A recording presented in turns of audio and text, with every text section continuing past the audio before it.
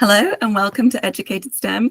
I am Kate, the founder of Educated STEM, and today is the last video where we are joined by my friend and colleague, Dr. Mahadeo Sukhai.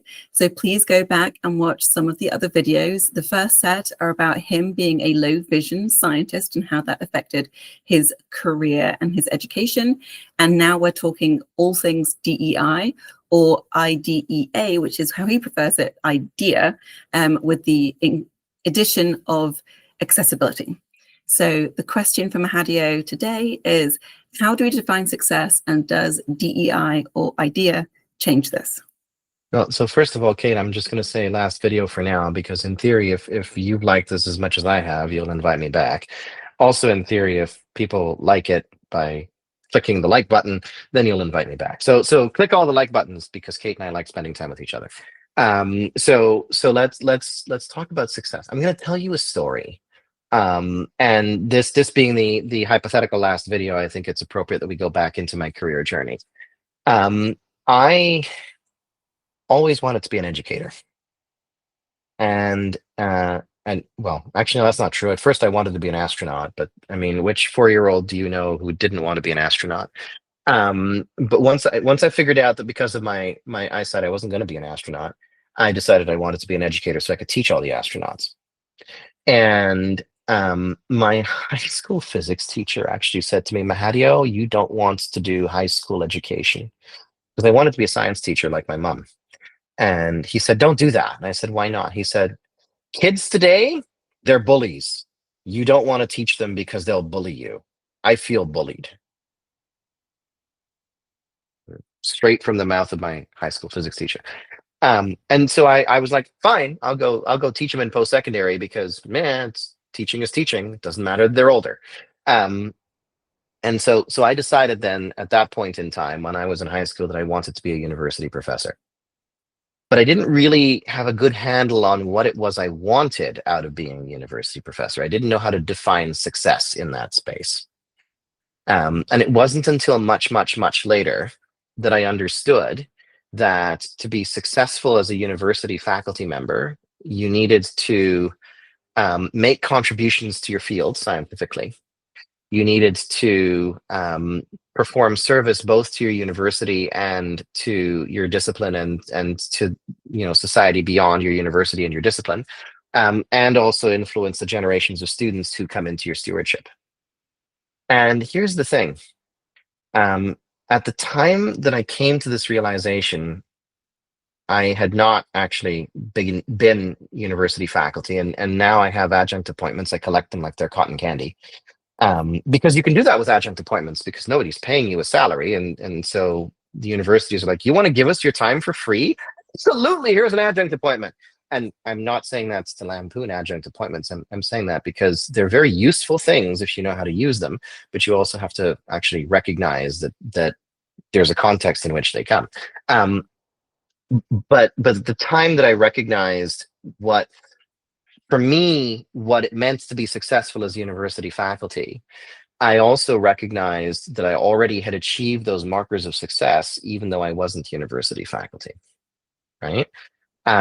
And at that point, my burning desire to be this thing that I thought would have been the pinnacle of my career actually went away, because all of a sudden I recognized that all it was the cloak over which, sorry, the cloak under which these things hid, right? And so the things that I wanted to really do were be successful in my scientific career and make an impact to my field, which I've done multiple times over in several disciplines. I wanted to coach, mentor, and supervise and guide the next generation of students, and I've done that for hundreds of students over my career. And I've wanted to change the way that we think about things at a university level, at a discipline level, at a societal level. And I've also done that. And I've done all of those things, and I don't have that title of professor, right? And so I also don't need that title of professor anymore, right?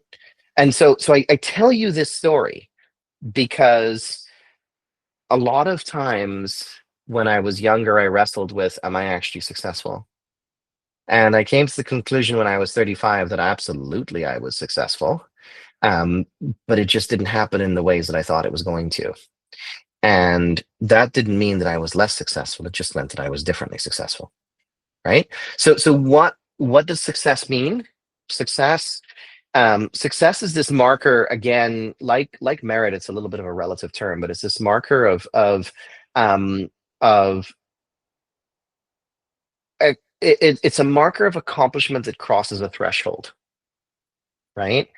And when we think about being successful in a job, or being successful in school, or being successful in whatever it is we're doing, we're thinking about achieving measures, achieving milestones, achieving objectives, right? And so we don't think of it the same way we think about merit, um, because we think of success as a little bit of a binary thing. You're either successful or you're not. You can quantify how successful you are, but in order to do that, you still have to actually achieve measures and milestones, right?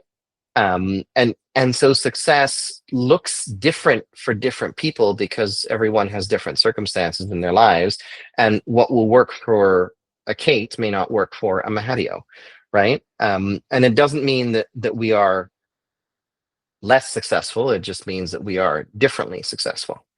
And so let's put that in the inclusion, diversity, equity, and accessibility context, right?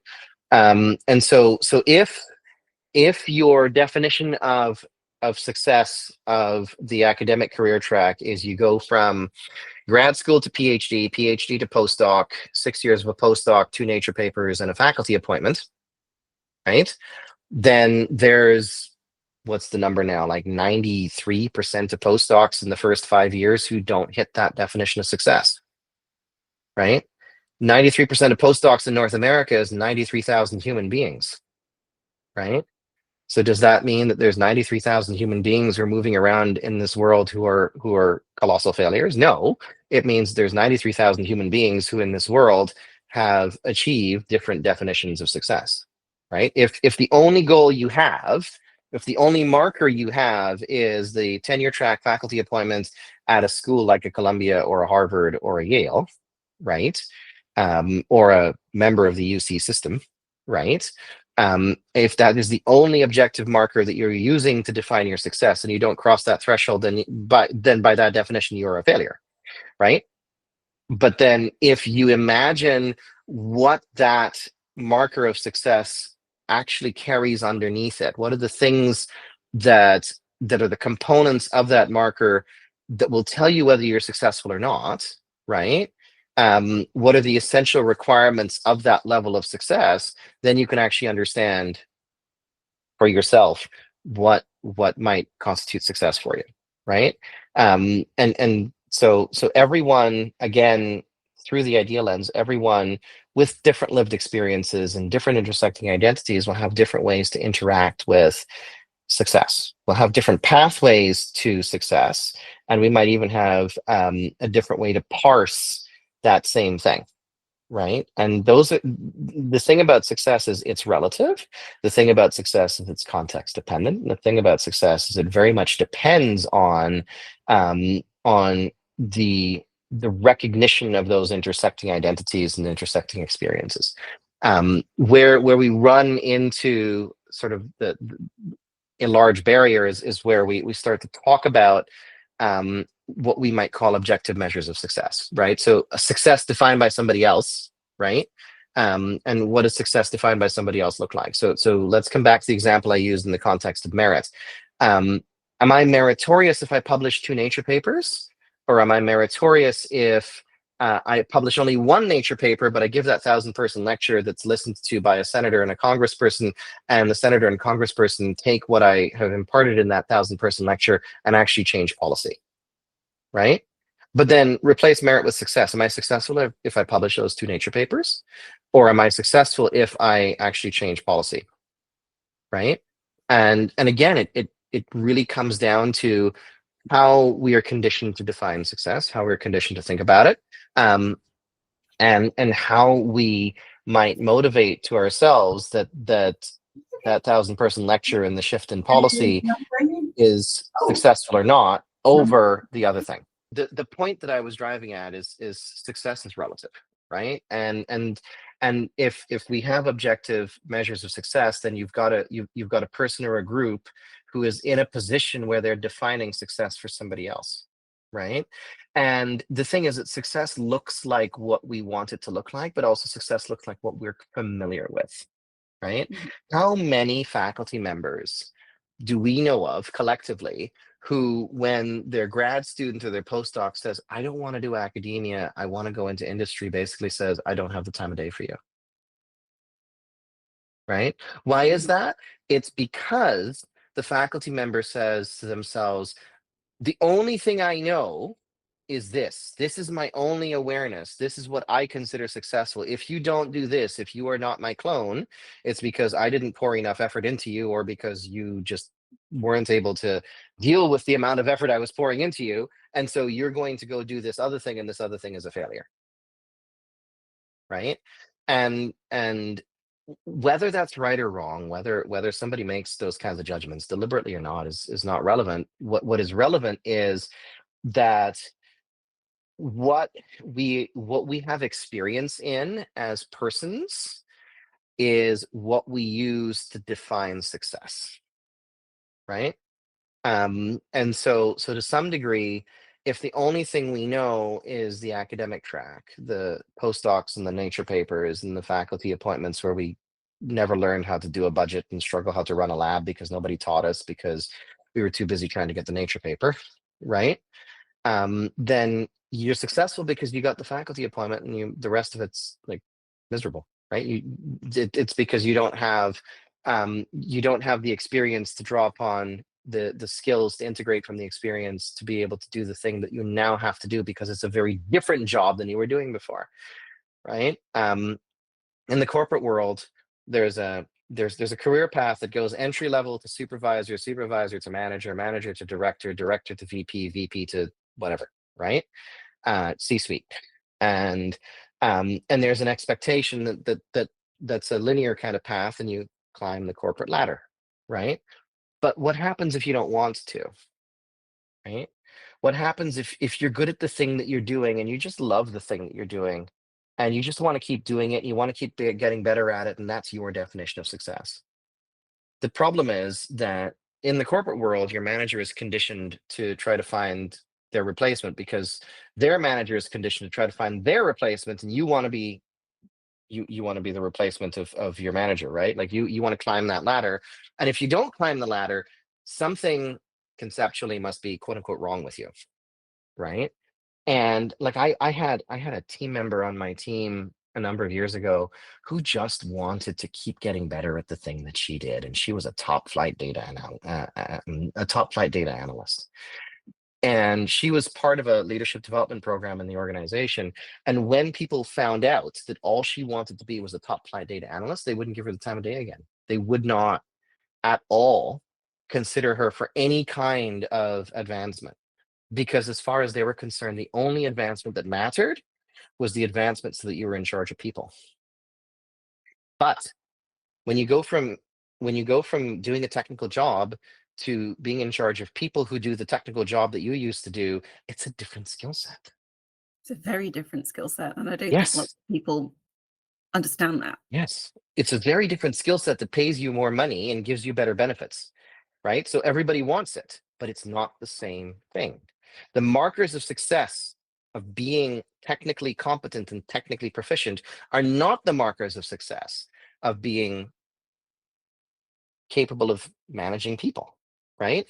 I will share this career perspective with you as well. I learned how to be a scientist and how to be a good scientist from mid-career scientists, right?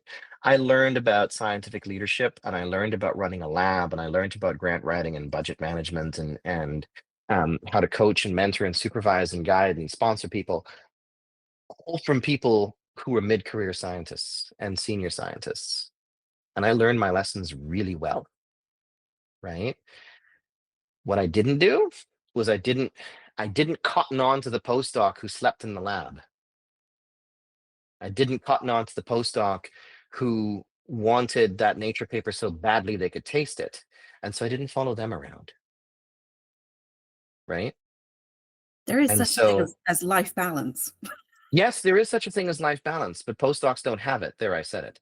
And there's data to back that up, by the way, because more than 90% of postdocs will actually choose a postdoc mentor, a postdoc supervisor, not because of the environment and the potential for life balance, but rather because of the potential to get a faculty appointment. And so let's park that to one side. And let's unpack the well, what happens when you don't follow around the postdoc who burns the midnight oil to get the Nature paper? It means that I never learned to be the postdoc who burned the midnight oil to get the Nature paper. Right? I got a JCI, which is pretty good, right? But I learned something that conventional wisdom said you're not actually supposed to learn until you're an early career investigator with your own lab, because that's when you're supposed to have the mid-career investigators as your mentors. You're not supposed to have them as your mentors when you're a grad student. You're supposed to have senior grad students and postdocs as your mentors, because that's how you learn to do the next thing, right? And so I skipped a bunch of steps in who I had as mentors. And so my markers of success were the wrong markers of success for the career stage that I was at. Right? So what is success? Success ultimately is a measure of accomplishment. It is a measure of being able to say that you've achieved a milestone or crossed the threshold.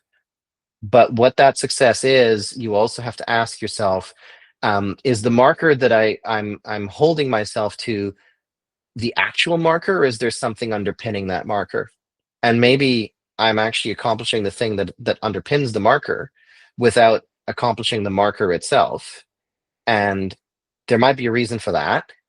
And those reasons might have to do with inclusion, diversity, equity, and accessibility. But if you're accomplishing the things that underpin the marker, then is that not still meaningful? Yeah. Okay, we should end there. Thank you for joining me, Mahadeo. If everyone presses likes and subscribe, then maybe we'll see Mahadeo again. Who knows? So thank you for joining us.